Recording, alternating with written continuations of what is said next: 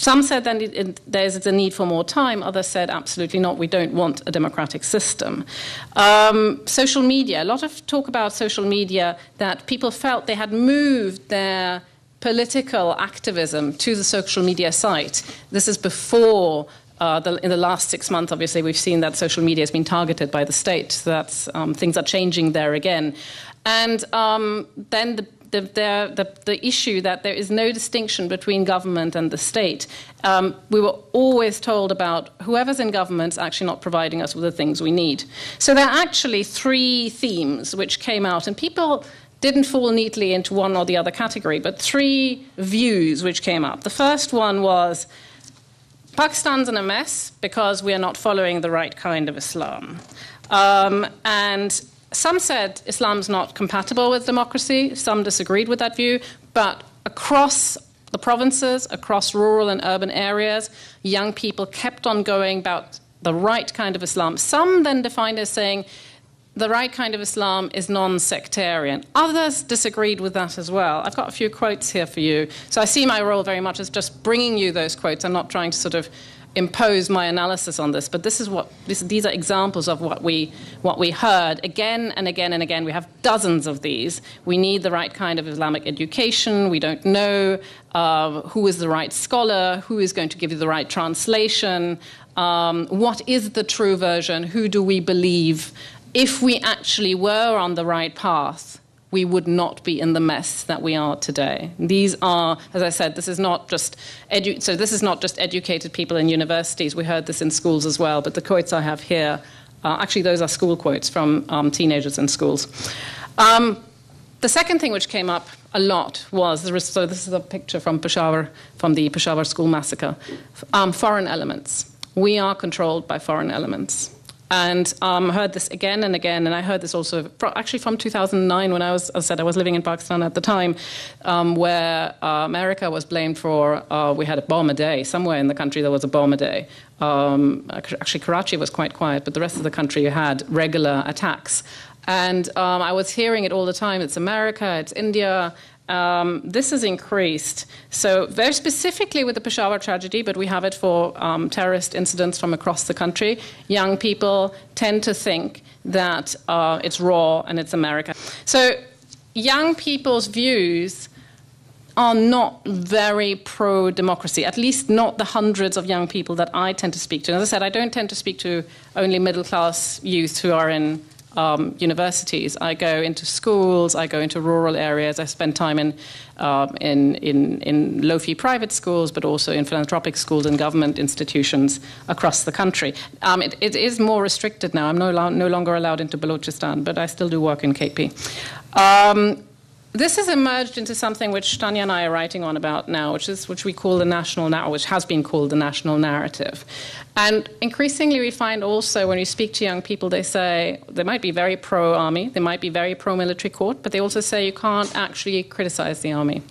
The role of the army can no longer be questioned. And people who critique the army are labeled anti-patriotic, and it's a political suicide. And all those of you who have a Pakistani mobile phone SIM card, like I have, will have received the text message saying that if anyone is committing blasphemy, please report them, if blasphemy online. So in many ways, social media has now been hijacked. So whilst social media between 2009 and 2014 was seen as an arena where there was a level of political engagement, to a certain degree that has been reduced because now any kind of criticism, be it considered blasphemy or be it considered anti-national, carries severe consequences, as we know what happened to the bloggers, and there's increasing self-censorship. I've got a few friends of mine who are in the media, and they find that it's very difficult to actually write about what they want to write. And a last bit, which is where education is starting to play a part in discrediting democracy, where we find even across universities there is a discourse where democracy as a system is being questioned. So is it, where's the chicken and the egg? Where did it all start? So I'll just conclude on saying that really, actually, the issue that we're facing today is the relationship between individuals and the state. I'm not actually sure that democracy, we always seem to think from here that democracy would be the ideal system. I don't necessarily think that's right. But there needs to be a reasonable relationship between individuals and states, and young people need to feel that their rights are met and that they don't, that their community and families are taken care of. The problem is obviously low political literacy and low confidence in public institutions. And actually political parties really don't help. I mean, we've seen the way that PTI has actually been unwilling to work with the institutions. I mean, Christine spoke about that earlier on, and how they've been trying to force in early elections. So not even the political parties don't believe in the institutions, so why should the young people? And on that, I'll conclude. Thank you. Khalid Nadeem, South Asia Middle East Forum. Thank you, Professor Maria. I'm very interested in your presentation about education in Pakistan.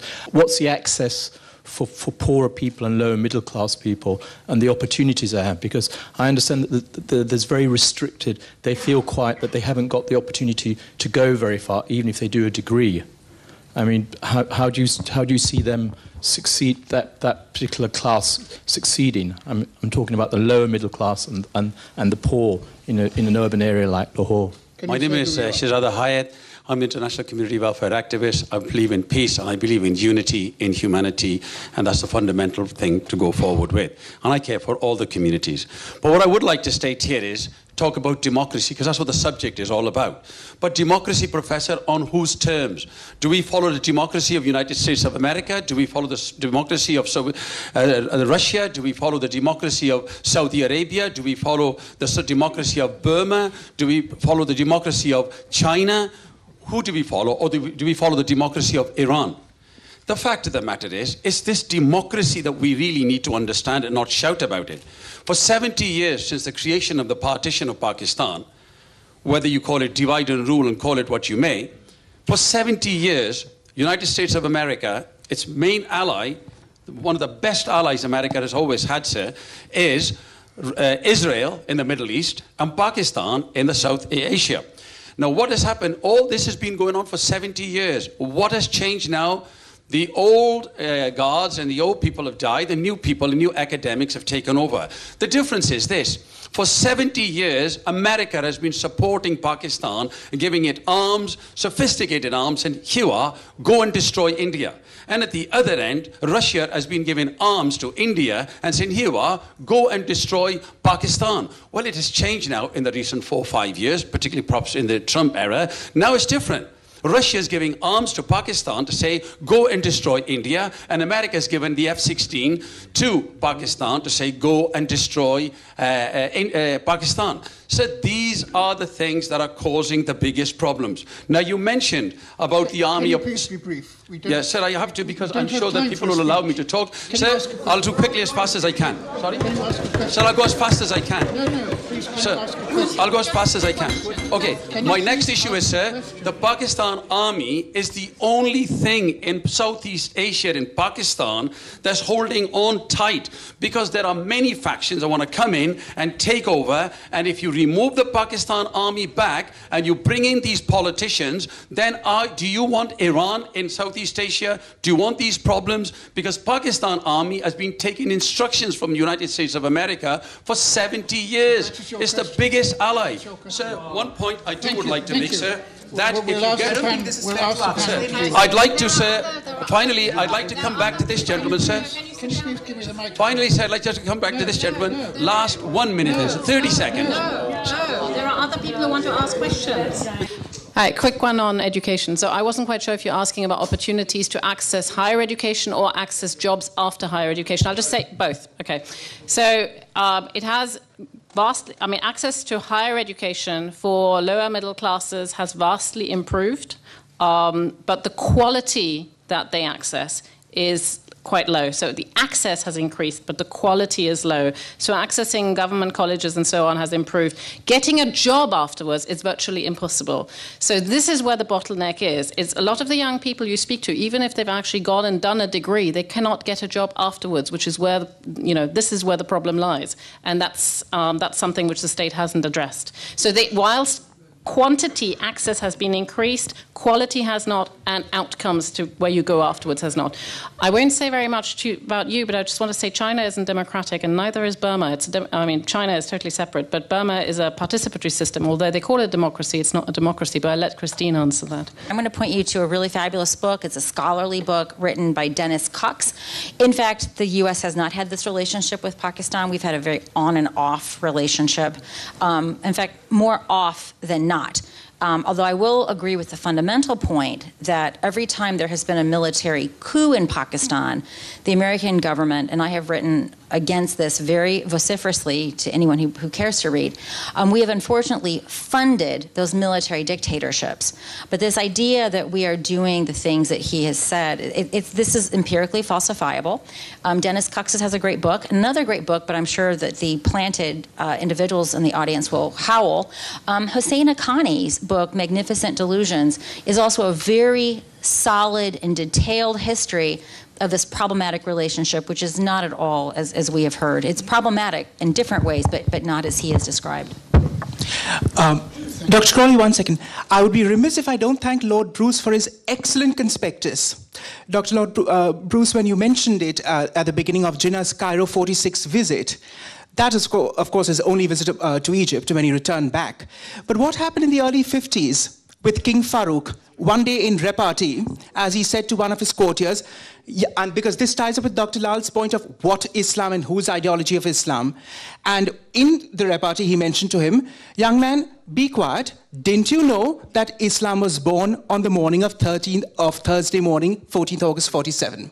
My name is Taimur Iqbal, journalist from Prime TV. Nawaz Sharif, because the man has always intrigued me. Back in 2010 or 2011, when 18th Amendment was being discussed, two options that were basically propositions that were floated by PVP, repealing or amendment of 62, 63, and the oversight of the nomination of superior judges by Parliament, both options were effectively blocked by Nawaz Sharif. And unfortunately, both have come back to haunt him. So that gives me a very clear impression that Nawaz Sharif is not a genuine Democrat. And Dr. Christina, while talking about Nawaz Sharif, perhaps forgot to mention that the man has himself been responsible for undermining democracy in Pakistan, at least toppling two PPP governments when he had the opportunity. So how do you see Nawaz Sharif? Is he a true Democrat? Is he a true representative of democracy? Or is he a man who uses democracy just to promote his self-interest? And just a question for you, Dr. Fair, and Dr. Brzean, for you. Dr. Murray has talked about the narrative of the role of army and how people cannot criticize or discuss it in Pakistan. And yet when I look at the freedom of Pakistani media as opposed to the freedom of media in Muslim countries, other Muslim countries, it still emerges to me that Pakistani journalists or Pakistani media is still relatively free and fair in terms of, and I watch Pakistani channels every day, and I will tell you myself that I've seen Pakistani journalists in the talk shows, in the blogs, in the newspapers, criticizing the role of establishment and military. I would like to comment on that as well.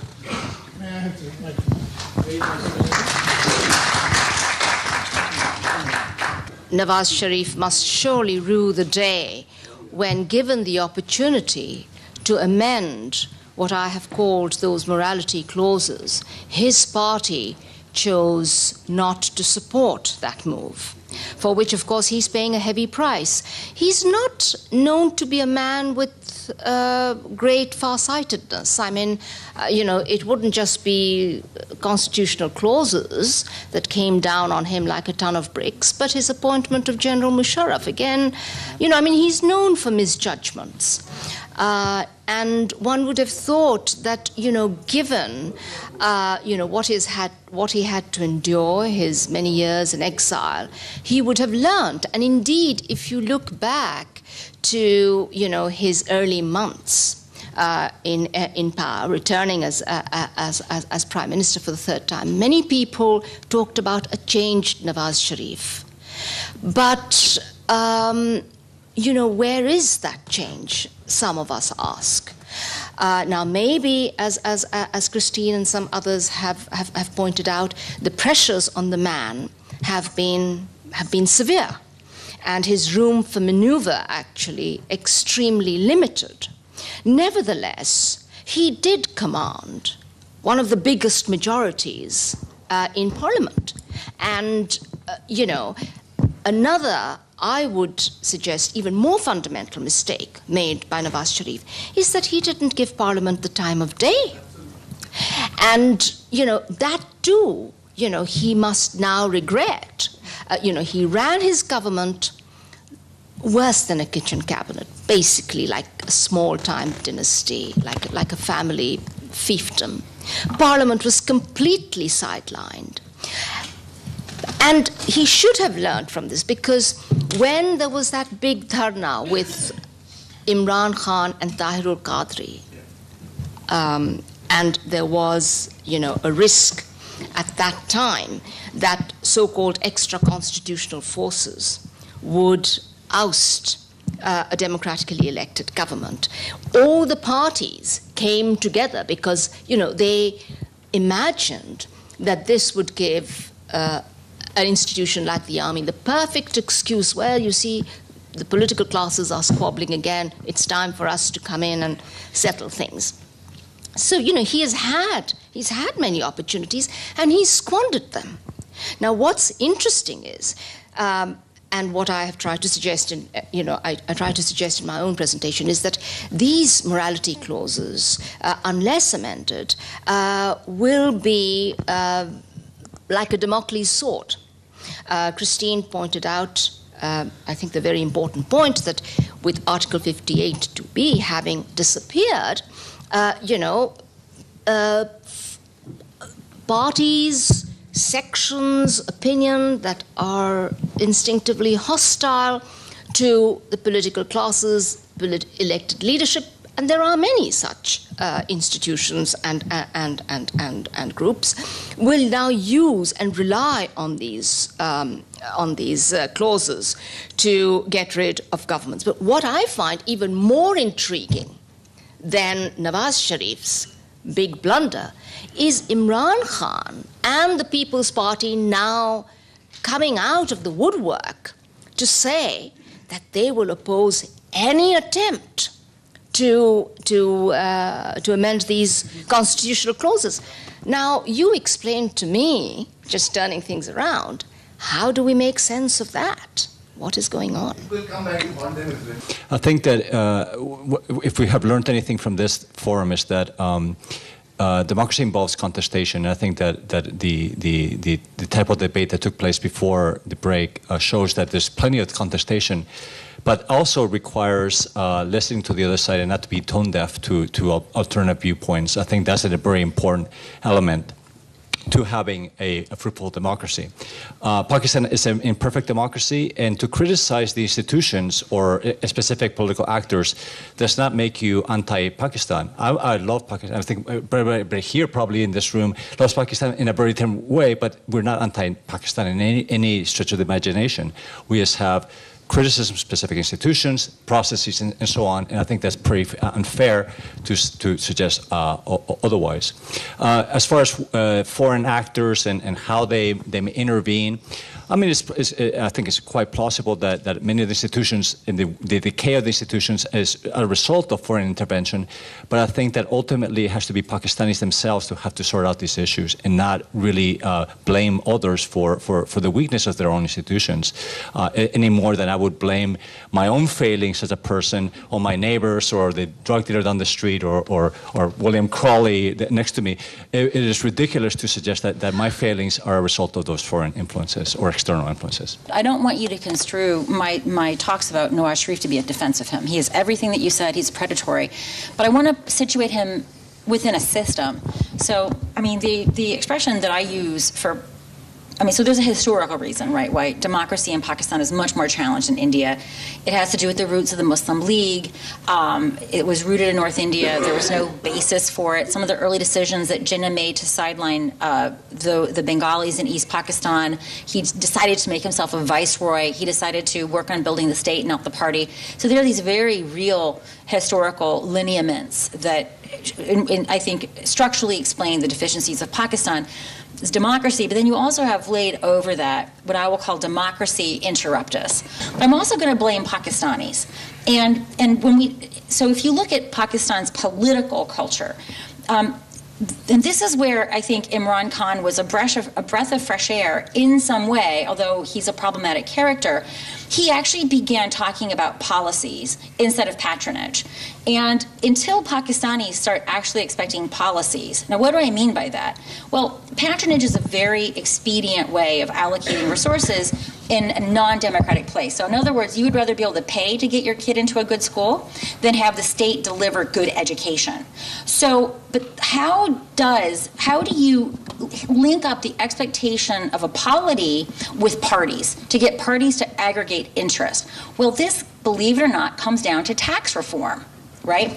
The whole point of the fundament of a democracy is that the state takes money from you and you expect services in return. I have to have the same discussion to remind Americans, but until you have fundamental tax reform that links the taxpayer to the people that are taking the taxes, you're not going to get this. So I think it's become very fashionable to blame the shortcomings of these very problematic politicians, and they are problematic politicians, but they have become the point of your anger, when in fact you need to look at the entire system and how voters or non-voters relate to the people that they're electing and why they're electing them. Okay, sir. My name is Ayaz Moman. I'm from Moman Regency Fata, and I'm solicitor. I want to ask to just Professor Lil that he provided us a lots of documents on a screen that I visited Pakistan, Karachi, villages, and Lahore and other cities without any threat. And she get a lot of documents, a lots of information from our country. She can entertain everything over there, but she didn't tell us about the environment of Pakistan, and she asked about the Army Public School incident in Lahore. She didn't went to Peshawar because it's happened in Peshawar. She need to go to Peshawar and ask to the victims of Army Public School in Peshawar that what they feel after the Army Public School incident, and we provided the evidence. We provided the evidence our neighbor country about the people which embassy funding the Army Public School people to do this incident and to one question from the panel. Sir, please, one question. Just one more question, sir. No, sir, just one more question. No, we know the jihadis. Who support jihadis? Who gave them arms? Who gave them monies? And after the 1989, when the Russia came back from Afghanistan, then they become Taliban and Al-Qaeda. And who make Taliban and Al-Qaeda? You better than know. If you have the answers.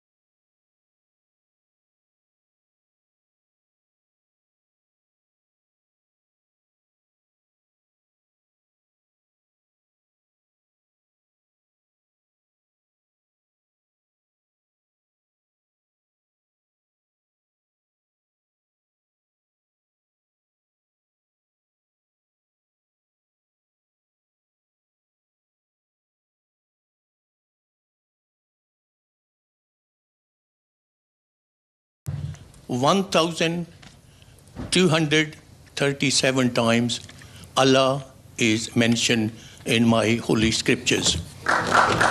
In Granth Sahib, Guru Nanak, the founder of the Sikh faith, had a lifelong disciple, Bhai Mardana. He was a Muslim. He was a Muslim. The point which I'm making is, I was upset, and I was really upset, right, to see a very unbalanced speakers on the stage. Speakers were totally unbalanced, right? Because this is a debate. I thought this is a debate. Debate is that we should have speakers from both sides. I was very surprised that any national or scholar from Pakistan, because there would have been many, I'm sure, who could come there. But anyway, that's different. I want to make friendship. Okay, fine. I didn't know that. I want to make bridges. I want to make really bridges, right? I really want to make bridges, and I'll go very happy and sleep in peace. If you could kindly give us a slogan out of this debate, how we get around to this. There's a problem. How to get, you are learned speakers. These people, my brothers and sisters, are very agitated about their own, homeland. They're agitated. We cannot stop them. 180 million people, we cannot stop them. They are going to exist. I wish the country could be melt out as an Indian, but I can't do that. It won't melt out. Okay, well, what we want to know, in London, after this meeting, we are going to live together. We have to live together. Please issue a statement which should go into the magazine so that we could have, for future, how we look at this problem. Well, thank you very much for that suggestion. It certainly brings us back to fundamentals about what we believe about society. But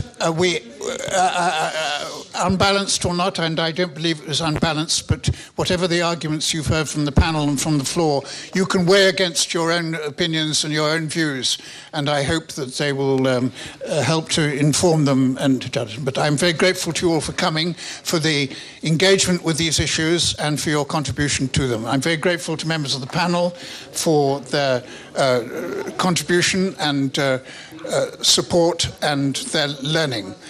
Please give them a round of applause.